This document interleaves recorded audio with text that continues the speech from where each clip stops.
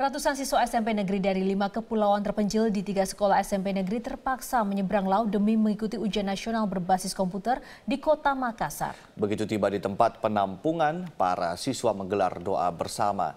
Ratusan siswa SMP negeri dari kepulauan terpencil di sekitar Kota Makassar berlangsung husuk sesaat tiba di penampungan di gedung Kota Makassar, maksud kami di gedung PHI Kota Makassar, Sulawesi Selatan. Sebanyak 184 siswa-siswi SMP negeri asal Pulau Kodingareng, Pulau Barang Cakdi, Pulau Langkai, dan Pulau Bone Tambung, serta pulau lain Jukang itu akan mengikuti ujian nasional berbasis komputer atau online di Kota Makassar.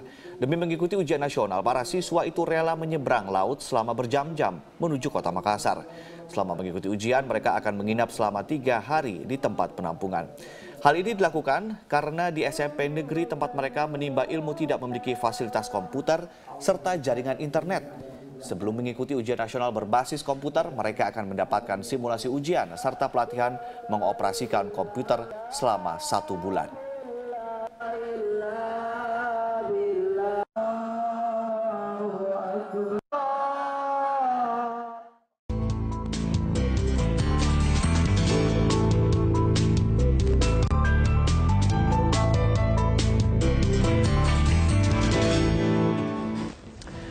Halo pemirsa, senang sekali program Hot Ekonomi kembali menyapa Anda pada hari ini. Program yang akan mengupas isu-isu menarik dan terhangat mengenai ekonomi Indonesia. Bersama saya Kevin Egan, inilah Hot Ekonomi.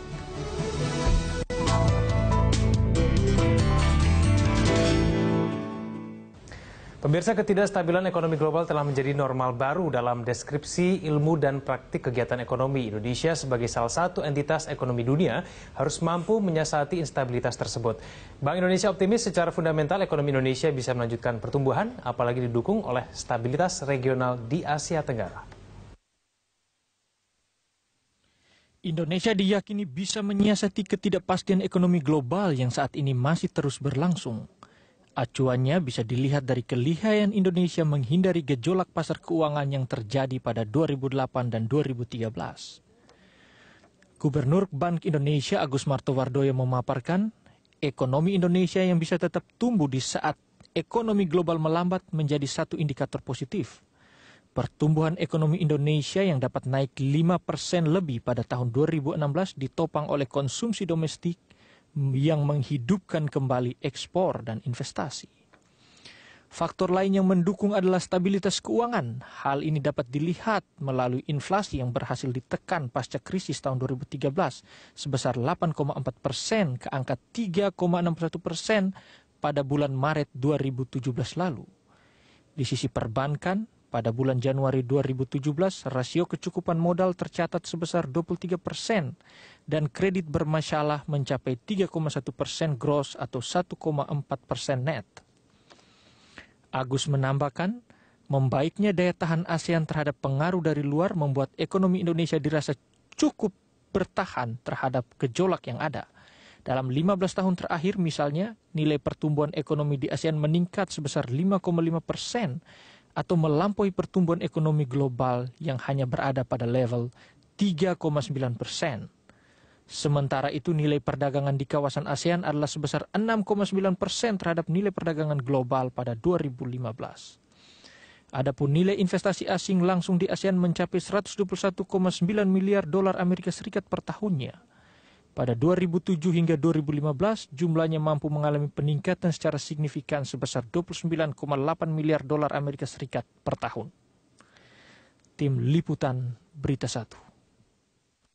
Ketidakpastian ekonomi global menjadi fenomena yang tidak bisa dihindari, terutama setelah Amerika Serikat serius menerapkan kebijakan proteksionisme. Selain itu, sejumlah sentimen lain seperti jelang pemilihan presiden di beberapa negara di Eropa dan wilayah semenanjung Korea yang terus memanas. Bisakah Indonesia tetap optimis? Bagaimana terobosan fiskal dan moneter Indonesia, terutama untuk penguatan ekonomi domestik dalam rangka menyiasati ketidakpastian global? Kita akan membahas hal tersebut bersama dengan Kepala Eksekutif Departemen Komunikasi Bank Indonesia, Tirta Segara, bersama dengan staf khusus Wakil Presiden Bidang Ekonomi Wijayanto Samirin, Pak Wija dan juga Pak Tirta. Terima kasih telah hadir bersama kami. Saya mungkin pertama kepada Pak Tirta dulu. Pak Tirta, kalau kita cermati dari pernyataan Gubernur Bank Indonesia yang menyatakan bahwa kita optimis dengan ketidakpastian global yang kira-kira akan terjadi pada saat 2017 ini setidaknya. Ini mungkin bisa dielaborasikan lebih lanjut lagi Pak Tirta, apa yang kemudian membuat Bank Indonesia sebetulnya optimis meskipun ada ancaman ketidakpastian global tersebut, Pak? Ya, optimisme ini sebetulnya kita bukan hal yang dadakan ya, tapi kan kita sudah ketidakpastian global itu sudah kita identifikasi sejak beberapa waktu yang lalu, sehingga kita siap-siapnya itu juga sudah beberapa waktu yang lalu, bukan sekarang-sekarang aja dadakan. Jadi optimisme itu bisa kita lihat dari beberapa indikator ekonomi makro ya. Seperti pertumbuhan kita masih tetap kita harapkan antara 5,0 sampai 5,4% untuk tahun 2017 ini. Yang tahun-tahun sebelumnya juga masih cukup tinggi dibandingkan dengan negara-negara di dunia yang lain, apalagi negara-negara maju yang pertumbuhannya itu masih relatif sangat rendah. Jepang itu hanya 0,5%. Kemudian negara-negara di ASEAN lainnya memang masih tumbuh positif, bagus. Hanya negara-negara kecil saja yang tumbuhnya tinggi. Tapi kalau di antara G20, Indonesia itu tingkat pertumbuhannya ranking 3 setelah India dan Cina. Itu Indonesia 5,2% itu masih cukup tinggi dibandingkan dengan yang lain. Kemudian indikator yang lain, inflasi kita terkendali, 2 tahun terakhir inflasinya rendah. Meskipun tahun ini ada ancaman inflasi bisa lebih dari 4%, tapi itu kan kita koordinasikan dengan baik dengan pemerintah ya untuk supply-nya. Kemudian untuk administered prices-nya juga timingnya kapan pemerintah kalau ingin menaikkan timingnya untuk harga barang-barang yang diatur pemerintah atau yang administered prices tadi. Kemudian juga dari sisi eksternal, current account deficit juga terkendali masih hanya sekitar 2% defisitnya dibandingkan dengan 2-3 tahun yang lalu yang bisa mencapai 4%. Bahkan kalau 2 bulan terakhir neraca perdagangan kita kan surplus. Yang terakhir bulan Maret lalu surplusnya itu mencapai 1,23 miliar dolar Amerika. Ini sangat menggembirakan. Hanya memang kita tidak boleh komplasen, jangan merasa puas diri. Ini tetap kita harus waspada karena ketidakpastian global itu masih meliputi kita sampai saat ini. Berarti mungkin ancaman serius kita adalah complacent itu tadi ya? Iya, betul. Tantangannya ya kita memang saat ini kondisinya stabil. Kita lihat perbankan kita tadi juga dinyatakan stabil.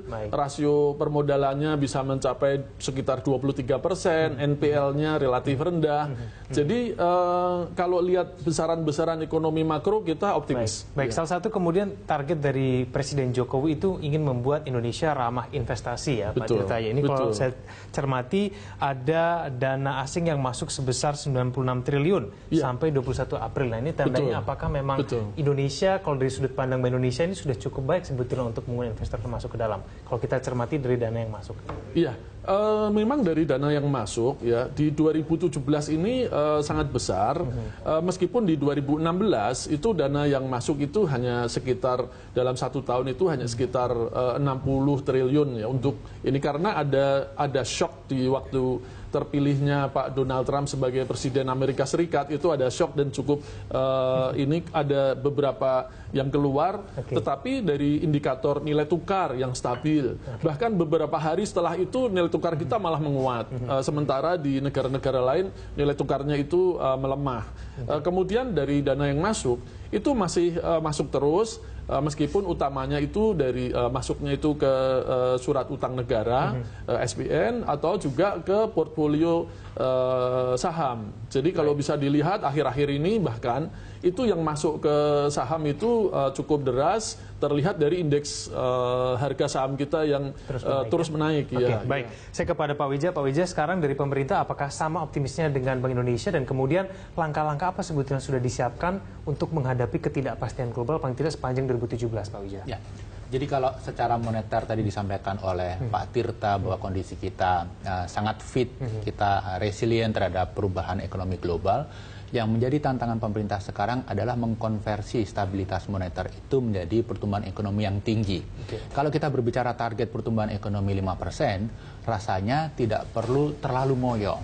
Tetapi kita lihat juga bahwa Pak Jokowi mencanangkan tahun 2018 pertumbuhan ekonomi 5,6%. Artinya kita harus bekerja keras, mengefektifkan setiap peluang dikonversi menjadi pertumbuhan. Misalnya terkait dengan fiskal, anggaran pemerintah. Bagaimana supaya peran anggaran pemerintah ini, spending pemerintah terhadap pertumbuhan itu optimal. Bagaimana mengefisienkan penerimaan pajak, kemudian bagaimana mengefisienkan alokasi ke tempat-tempat yang produktif, kemudian yang ketiga, setelah dialokasikan dengan baik, bagaimana diimplementasikan secara efisien, governance yang bagus.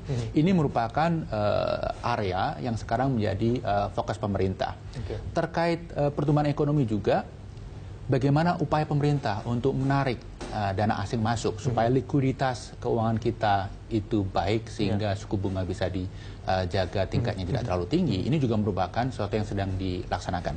Dalam konteks ini, upaya untuk mendorong supaya Indonesia masuk dalam investment grade itu sesuatu yang sangat strategik.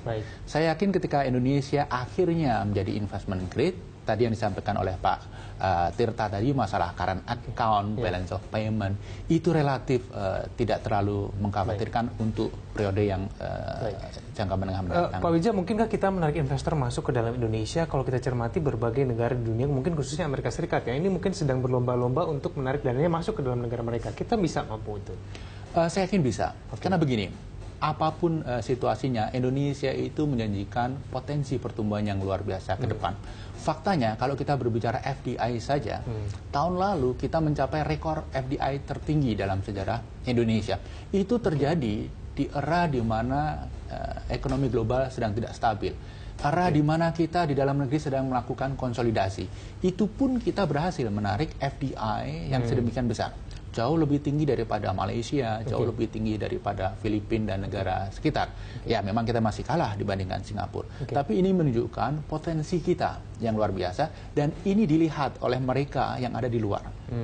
Kita tidak perlu khawatir dengan kebijakan Donald Trump, kita tidak perlu khawatir dengan pemilihan presiden beberapa Eropa, itu tidak akan banyak berpengaruh? Jadi begini, berbagai dinamika yang terjadi di Amerika dan di Eropa tentunya ada dampak bagi Indonesia. Tetapi seperti yang kita dengar dari Pak Tirta tadi, BI, OJK, LPS dan lain sebagainya sudah melakukan berbagai upaya untuk menstabilkan kondisi keuangan kita. Nah, kita lihat ekonomi Indonesia ini kan dari sisi ukuran sangat besar. Interaksi ekonomi Indonesia dengan ekonomi global pun juga sangat minimal kalau kita lihat dari ekspor dan impor. Jadi secara natural kita mempunyai resiliensi yang baik terhadap pengaruh ekonomi global. Baik, kita lanjutkan dulu kita di segmen selanjutnya, Pak Wijaya. Pemirsa Ekonomi akan segera kembali.